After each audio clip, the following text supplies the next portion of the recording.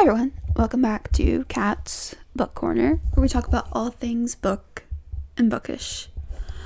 It's been a while, it's been about 2 weeks.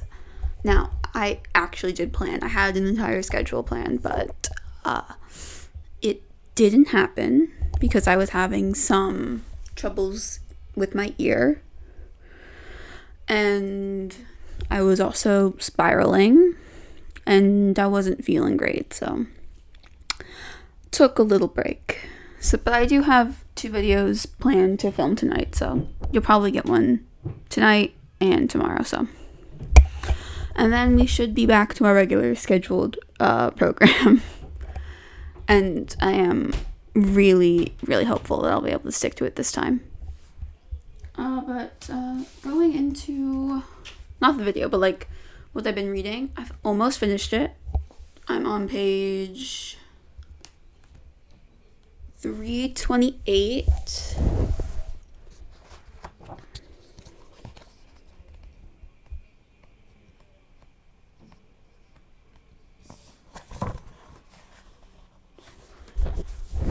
And there are 494 pages, so a little over 100. So I should finish it very, very soon. But I haven't been reading because of all issues I've stated before. But the video I'm going to be doing tonight is 5, technically 6, because 5 books that I think are underhyped that people don't talk about. I think I've only seen one of these talked about on anything else that I've seen. So, and I actually really love all of the books, so I always relish a chance to talk about pretty much all of these. But I picked 6 because one seems a little more popular than the other, so I'll do that one first. That one is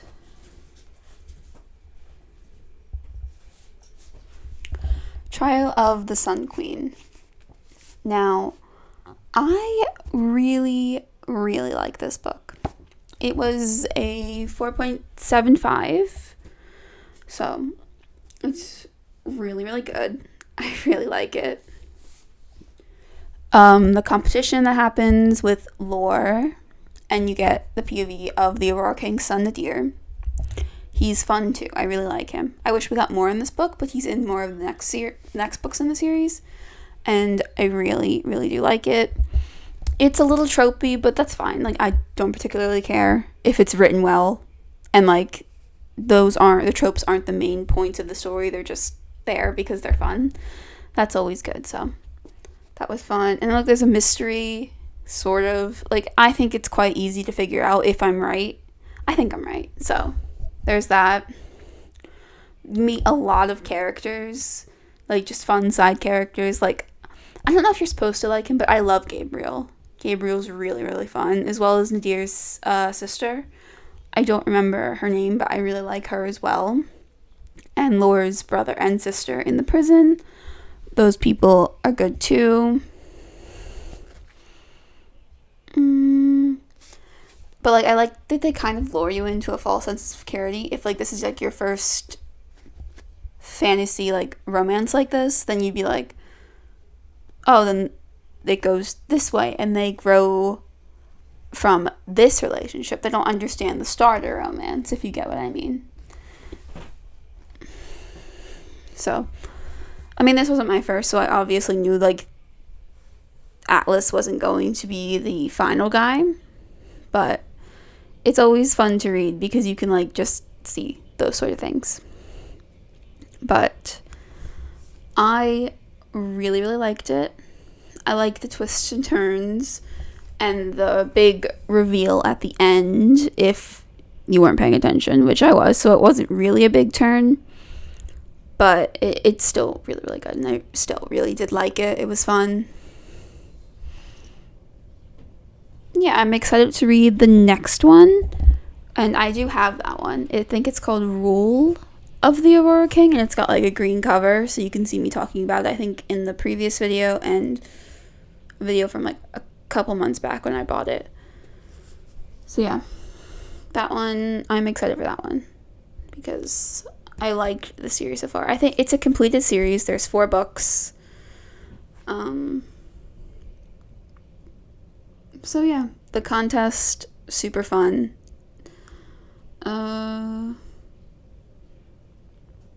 Like, even the beginning, like, it starts in a prison. Like, the main character, Lore, is stuck in a prison.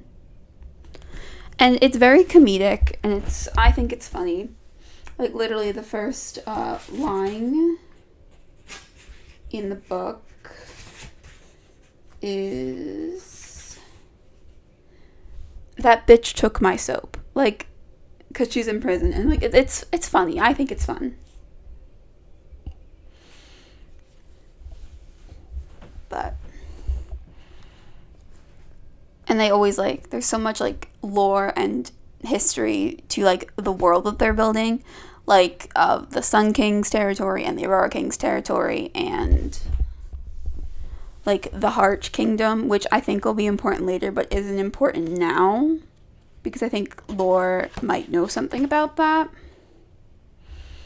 And, like, I like the political stuff. Like, that stuff's always really fun, too. Like, I loved the big gala at the end where they had to communicate without actually talking. Like, Gabriel trying to tell Nadir something, but he couldn't exactly say it because Atlas told him not to. Like, that stuff, it's fun. I really like that stuff.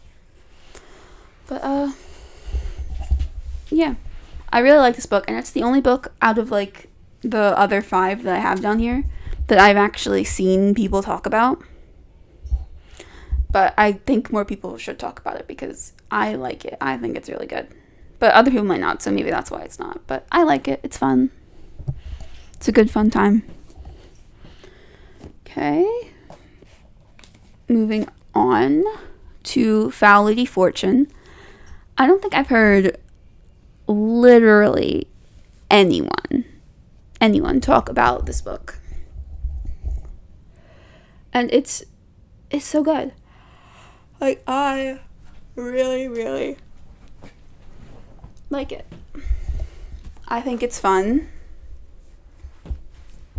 It starts with Rosalind, and she's a spy for her section of her side of the government, because it's like a civil war that's happening in Shanghai, and she's on one side, and some of the other characters on the other side. So it's sort of like a civil war book between the 2 different factions, because her sister is on the other side, as well as Orion, who is our main male character. He's on his brother's on the other side. Like, those 2 are actually partners. Rosalind's sister and Orion's brother, they're partners. And Orion and Rosalind get paired together to go on this mission to, like, pose as a married couple in like, this office to get some information. And, like, it starts from there. Like, it's fake marriage, and, like, they actually learn to care about each other, and I get so much Winter Soldier vibes from this, and I really like it. And, like, the whole ending is just, it's great, but the cliffhanger makes me want to read the second one, which I bought, which is called Foul Heart Huntsman, I think. So, yeah, I really, really do like this one. This one's really fun. I like the different factions, and, like, I so-called who Priest was. Like, Priest is this sniper who's on the opposite side, but not many people are actually sure of their true allegiance, it's fun. And also, like, there's this other girl who was on, I forget her name, but she was on a different side of Rosalind, but they sort of became friends.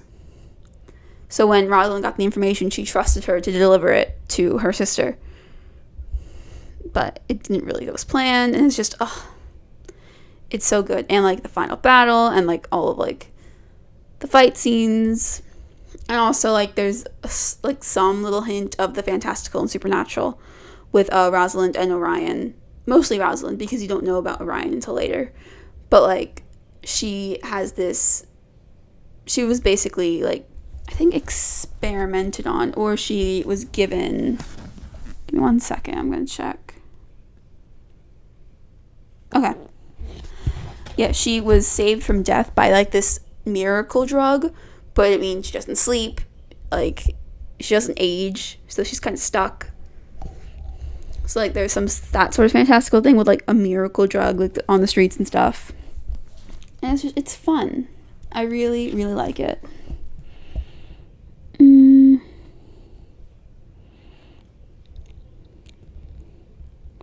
also like there's this whole murder mystery story, like while Rosalind and Orion are trying to figure out like the plot that's happening inside the office, there's still this whole murder mystery like problem. Like there's a murder running around the town, so they have to be like hiding from that.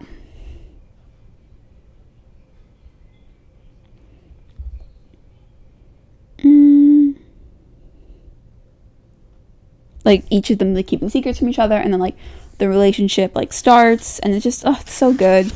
And this is a book that like I never thought I would like, because it's completely out of like stuff that I would necessarily read. But it's just it's so good.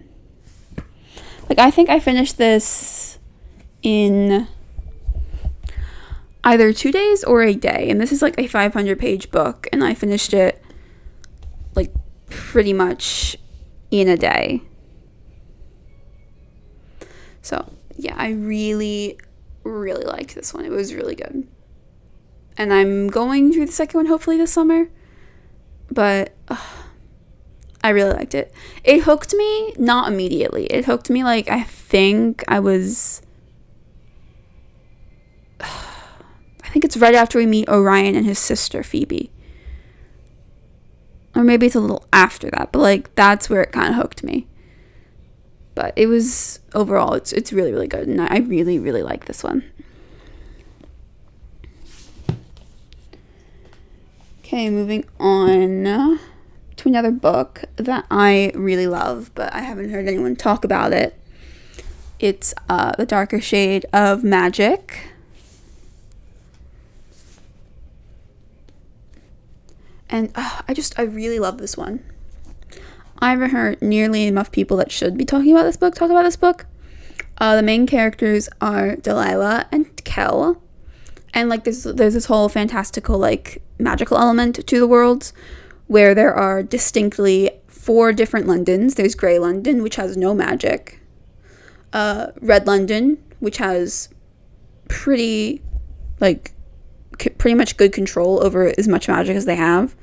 Then there's White London, who is dying because it's draining too much of the magic and it can't heal from that. And then there's Black London, which was sealed off like centuries ago because it drained all of its magic and it became like contaminated and parasitical. So that one's really fun. Kell is from Red London, and he is the adopted son of the royal family, which I get like where he's coming from, because he doesn't truly see them as his family, because he sees himself as like a trophy that they've won, specifically the king and queen, not his brother. He loves his brother Rhys. Like they have a really good relationship. Rhys doesn't understand why Kell feels that way, which I totally get. It's just I love their relationship other than that. So, but like part of his job as being one of the only people who can travel between the worlds is he has to like go to meetings with the higher ups, like the kings and queens of Grey London and White London. He doesn't really like the White London people because they're very bloodthirsty and crazy. And he enjoys the simplicity and the quietness that Grey London provides. He doesn't like the nobles. I don't think he likes a lot of any of the nobles, but he likes like the charm that Grey London has. And he meets Delilah in Grey London. She is a pickpocket, a thief, but she's always like dreamed of being a pirate, and she wants to see the world. And sort of by chance, because she steals something from Kell, they like form a deal. Get me out of this London, and I'll help you find this specific artifact that you basically smuggled into Red London. And that it goes from that. Like they have like fun, like a mission together. It's really cute. I really like it.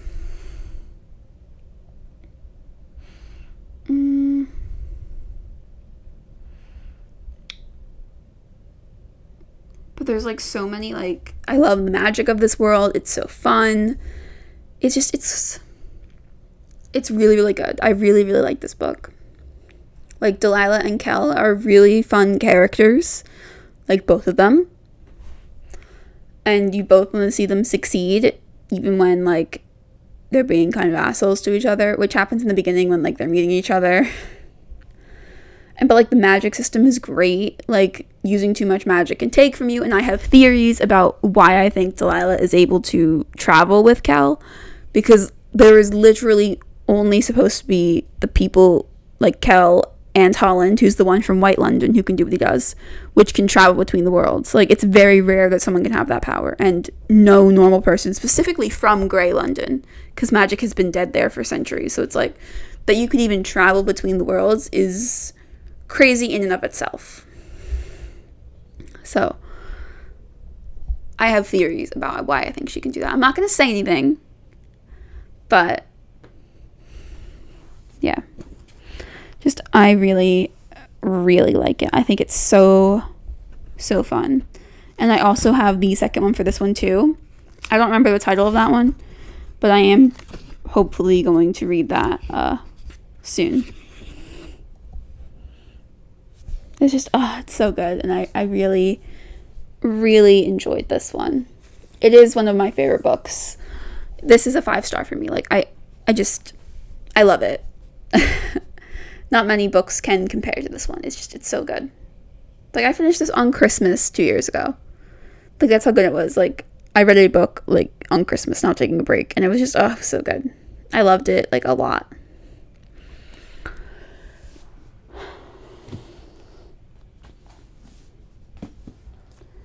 Okay, here's another book.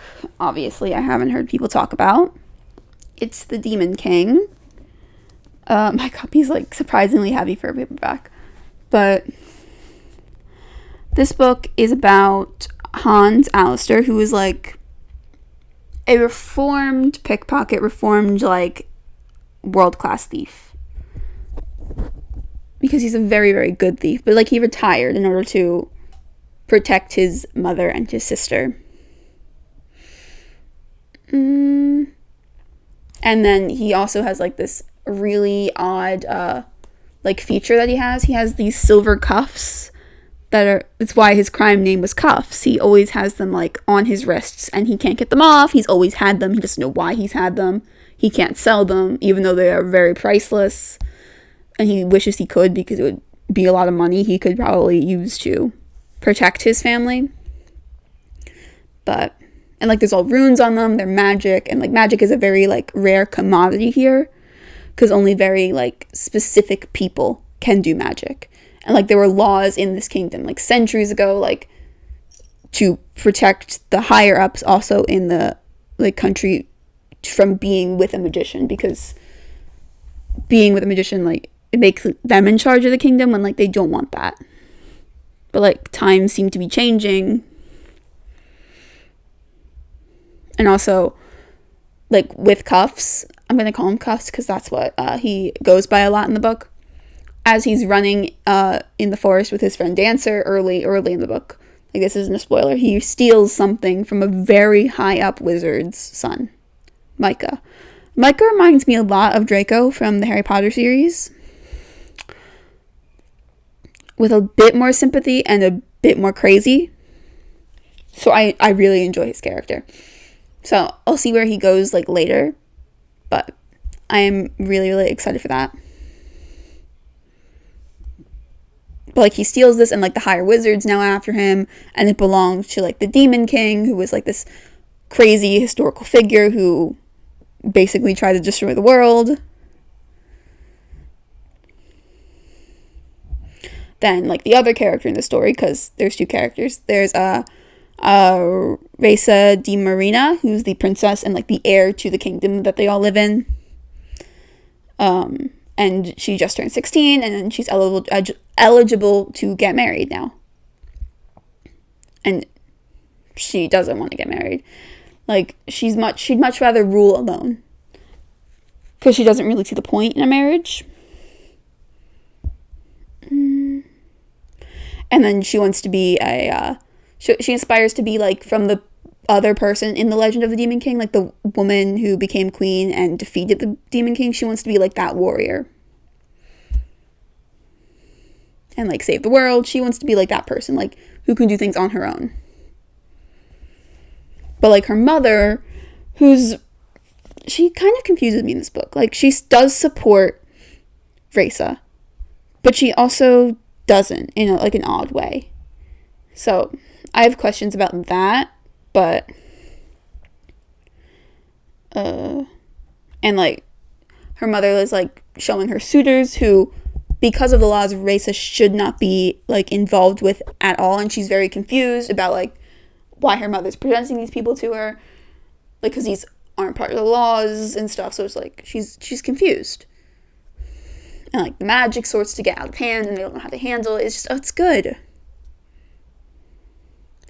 And then also like obviously Rhaisa and Cuff sort of collide eventually, but it's like it's so good because they're each living completely different lives. Like Cuff's is dirt poor and Rhaisa's like the princess. So it's like, how would their paths cross? And the way their paths cross is very, very interesting. I really like it.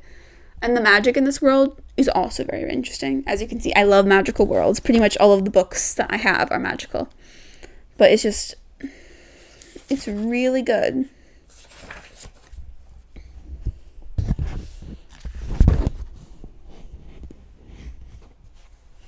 And all of the characters are really fun. Like, I like Micah. I like Micah's father. I like the way that the magicians are presented.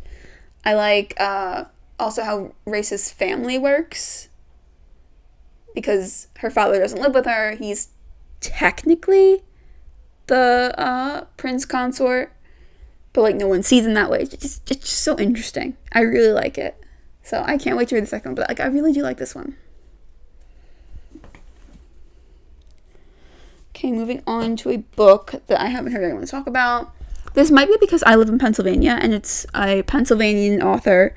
It's a book that kind of resonates with a bunch of people in Philly because we grew up around Pennhurst Asylum, and this is about like a made-up version of the Pennhurst Asylum. But it's called Freeing Lindenhurst. And Lindenhurst is like a state hospital, a lot like Pennhurst in Pennsylvania. And it follows, what's your name, Jack, to like uncover like the mysteries of the asylum and like figure out like, what actually happened there and like do his mission when no one else wants to talk about like what happened at the asylum. He's the one who wants to find the answers, specifically for his mom who died. This is not a spoiler. She died literally in the first chapter.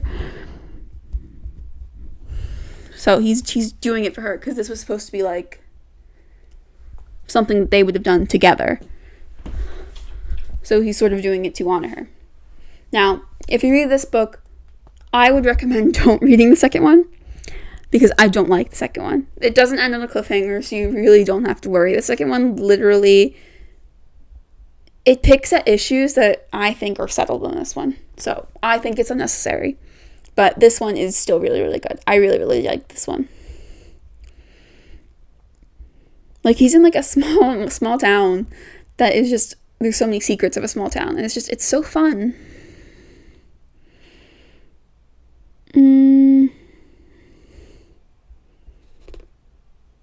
like, there's his best friend, Celia, who agrees to, like, to come with him and, like, to search the hospital together to, like, try and uncover the mysteries.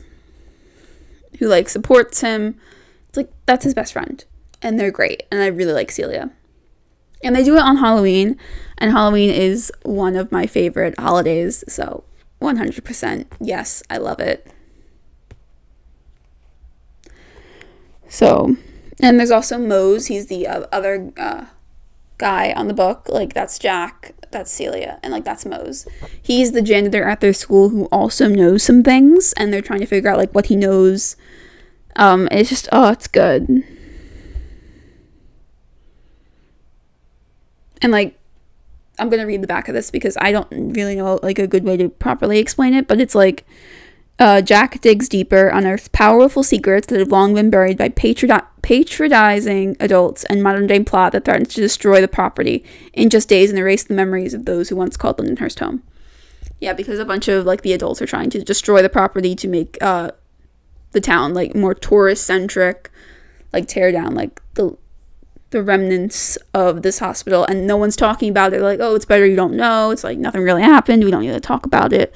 Like a lot of that sort of stuff. And he doesn't like, he's like, I want to know. But they're all like, yeah, you don't want to know. But it's just, ugh. So like they could go like discovering in the middle of the night, like when he, not in the middle of the night, but like the night when he's supposed to be out from his dad. And it's just, oh, it's really good. And like there's this whole like plot that's otherwise happening, and I like it. I think it's pretty good. But I like this one. I don't like the second one. Like I liked this one so much that like I got it signed. I have the second book signed too, but I like this one so much better, because I don't think the second book's necessary, but I really do love this one.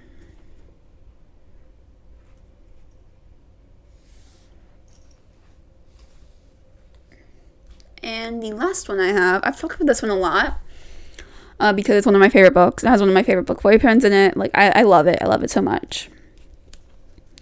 But it is The One That Got Away with Murder. It follows Lauren. I think it's only in Lauren's POV. But I really, really do like it. But Trevor and Robbie. I love Robbie. Robbie Cressman. And Trevor's his brother. Technically, the town thinks they're serial killers. But because their ex-girlfriends both died in ways that could be construed as murder, but it really wasn't. Like, I think Robbie's girlfriend drowned and Trevor's girlfriend OD'd. But, like, they're very wealthy. People think they got away with it because they're very wealthy.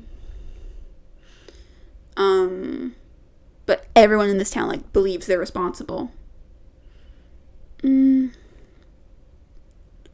then Lauren, who's our main character, she moves to town, and she has, like, her own secrets, her own past. Like, it's very dark. I think she's completely 100% valid what she does. She just had, like, bad consequences with what happened. But... And then she starts hooking up with Robbie, and then she figures out his past and discovers something that could be construed as, like, evidence when she's, like, at his lake house. And she gets a little scared, and he's like, I promise you, I did not do it. I loved her.